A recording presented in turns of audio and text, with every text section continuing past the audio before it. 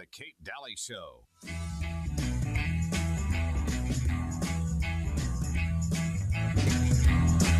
All right, welcome back. You're listening to the Kate Daly Show, and of course, where do I get supplements? I will tell you, because I know people want them, and if I were you, I'd probably order extra right now. Just a little helpful tip. Have some on hand and have a lot on hand, but I'd go to fiqsupplements.com. I really like their company. I like their product. I like what they're doing. Stop buying the stuff at Walmart. It's not good. Buy the supplements at fiqsupplements with an S.com, fiqsupplements.com. Put in the code Kate. You're going to get even more savings.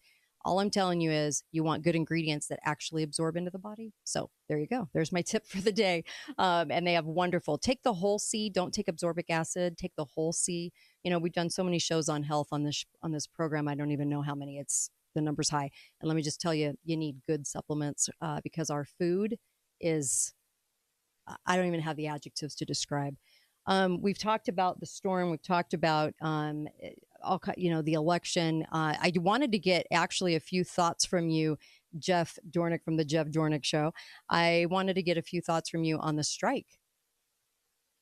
Yeah, it's been interesting. I've been kind of pissing a lot of conservatives off a bit because it's been interesting because I've been seeing a lot of my friends have been attacking the unions and the strikes, and as I've been looking into everything more and more, I find myself more on the side of the workers that are striking than the businesses that they work for. Because when you think about it, like, everybody's like, well, they turned down a 50% pay increase and all that kind of stuff. Well, part of the problem though was in how they were going to implement that, and also part of the problem is automation. They're concerned that they're going to get rid of all these jobs and replace them with robots, essentially is what's going to happen. And that's the roadmap of the direction that they're heading. And so that's a part of their negotiations.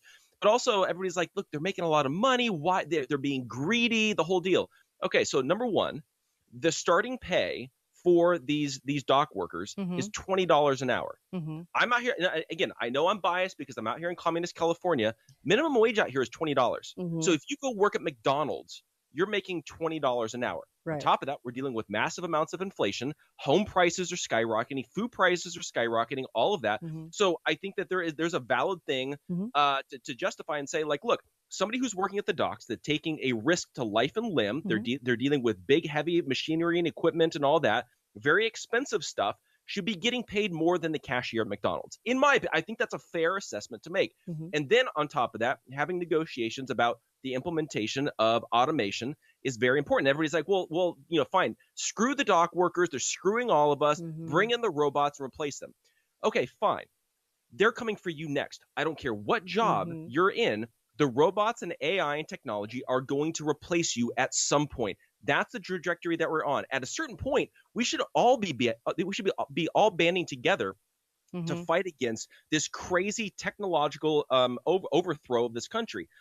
Another strike where I supported the strikers and not the businesses was the writers' strike in Hollywood, because one of the big things that they were fighting against that a lot of people were not reporting was that what studios were doing is that they were writing the first draft of movie scripts with artificial intelligence. So they would say, like, we want a movie that's like a combination of Mission Impossible with James Bond with comedy, this, whatever it is, and they piece it together and they write the first draft.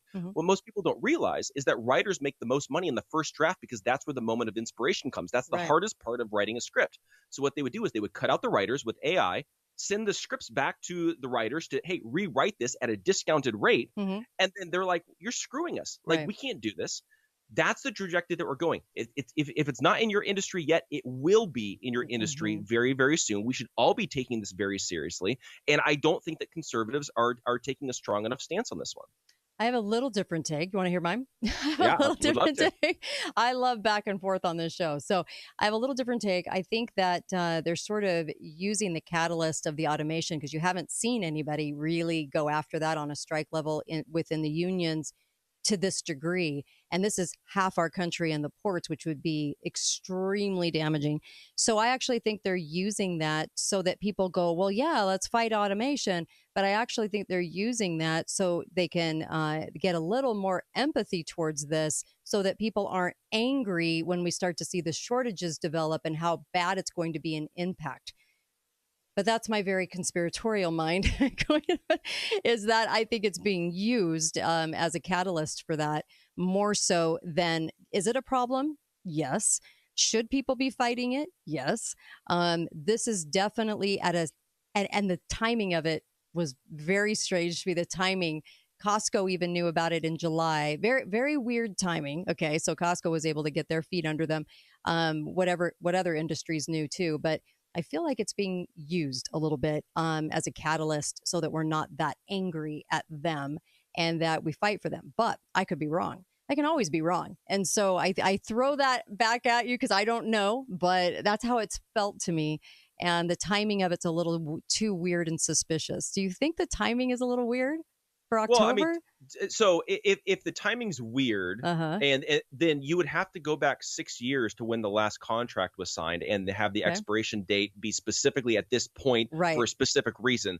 I don't know if they were looking ahead 6 years to see if we can screw with the election or screw with things enough. I think it, in my opinion, it's probably a coincidence based upon the timing of when the contract was expiring, which would also explain why people like Costco and these other big corporations knew we need to get ahead of this because this is coming to a head. And they've been attempting to negotiate for several months. So I think that Costco would see ahead. Okay, they're not coming to terms. Something's going to happen. Right. We need to stock up. I know we've been looking at stocking up on paper towels and toilet paper. Sold out in Costco. I know. It's great. It's crazy. I know. It's insane.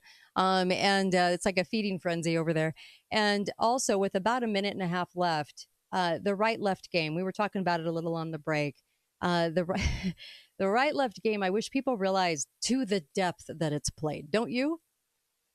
Yeah. It's crazy how they pit us all against each other, but then the leadership of both parties are basically one and the same. That's why we call them the uniparty. The thing is that, and I learned this a lot when I was with the Kennedy crowd, is that we need to unify around the things that we agree on first. Let's find all of our points of agreement and unify. Right now, we need to take on the establishment, take on the corrupt leadership, take on the corporate capture of our government by these big corporations, and basically take back our country. Let's do that first.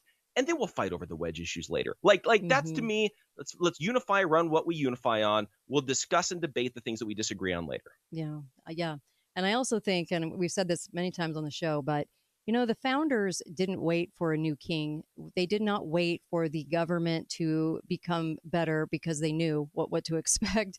And so they did it. And it's always going to be the people. It doesn't matter. It's always going to be the people. Just like in the hurricane right now, it's people helping people, helicopters, pilots going out and helping because the government's nowhere to be found.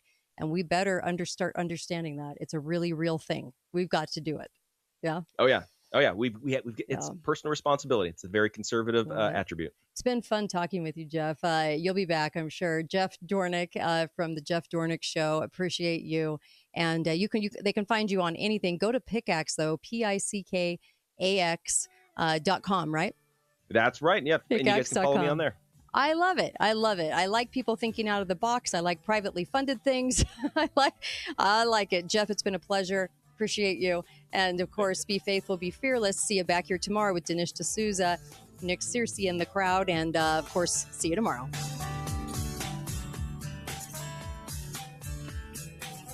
Hey, this is Stephen Gage again with Garage Doors Only. Hey, peeps, what's crack-a-lackin'? Crack-a-lackin'.